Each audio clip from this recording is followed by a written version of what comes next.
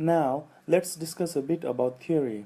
We have a lot of standards and rules that defines how a company should act and what are the areas that it can operate. Basically, these standards pave the path of operations for various organizations including banks. But our story is related more towards the corporate social responsibility or CSR of an organization and sustainability. And this is not covered by any of the standards or rules till date. Let me briefly describe about CSR. It is an ethical and moral obligation of an organization towards the society and environment. An organization survives, operates, and grows in a society, and it depends upon the resources provided by the environment.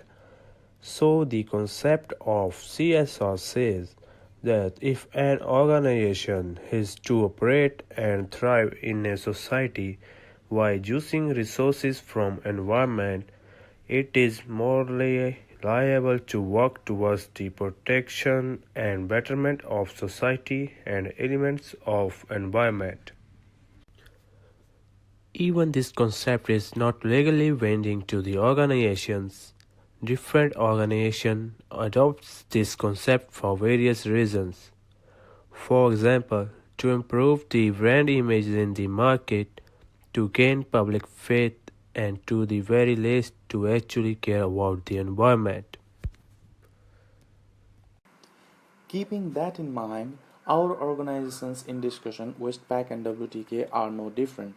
In their official websites and annual reports and all other public documents, they claim that social issues and sustainable environment are amongst their top concern. They say that their organization is always working towards their goal of sustainable environment. But as it can be seen, the reality does not agree with their claim.